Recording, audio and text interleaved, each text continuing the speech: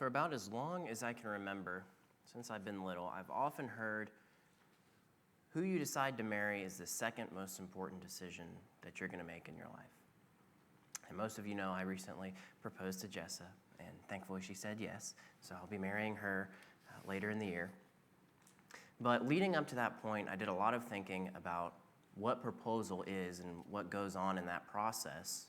And so typically, you have a man, and he's going to get down on one knee, kind of an act of humility before the one that he's going to ask to marry him, and maybe pulls a ring out of his back pocket, right, and he lifts it up.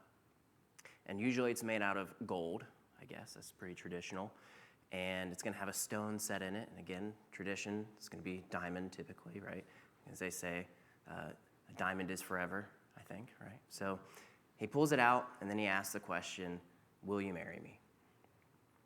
And so I was thinking a lot about that process, and there is a sense of familiarity to it that struck me. Because about 2,000 years ago, right, there was a man who humbled himself before his own creation, and he also lifted something up.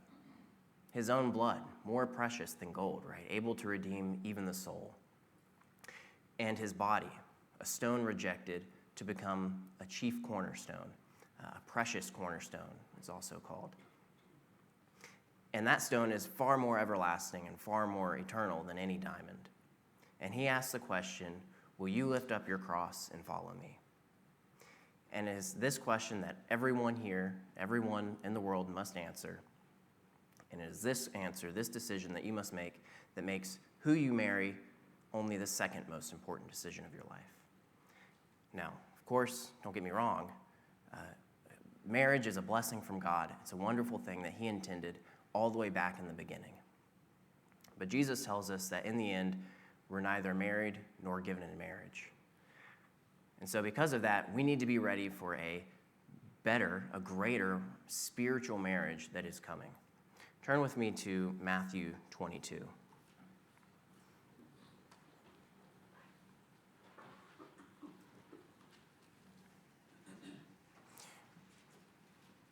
Matthew 22, we'll read verses 1 to 14 here. Jesus is giving them a parable. So beginning in verse 1, Jesus spoke to them again in parables, saying, "The kingdom of heaven may be compared to a king who gave a wedding feast for his son.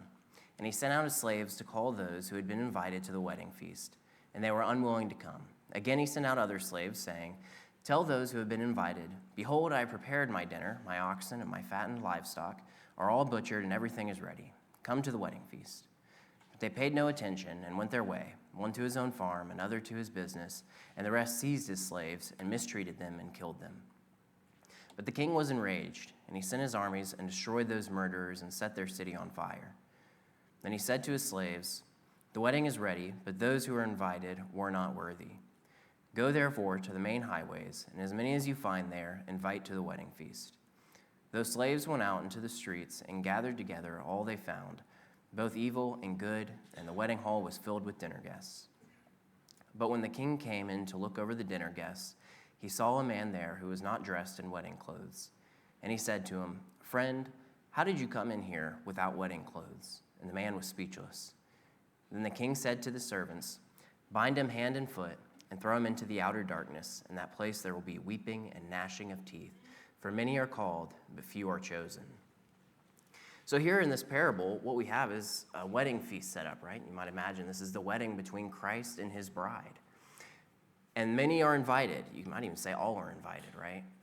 They went out into all the city and tried to get everybody to come. But those who rejected the invitation or those who showed up unprepared were not allowed to stay at that wedding feast. And what we learn from that, what we need to apply to ourselves tonight, is that if anyone here has not accepted Christ's invitation to pick up your cross and to follow him, or if you are unprepared, if you don't have your unsoiled wedding garments on, then when he comes back, you're not going to have a chance to make that decision then or to fix what's wrong in your life at that point. So if anybody here tonight has any spiritual need, if you need to put on Christ in baptism, confessing his name, and in that way accept his invitation to all of us, or if you need to have the prayers of the saints lifted up before God on your behalf. Whatever your spiritual need may be, come forward as we stand and as we sing.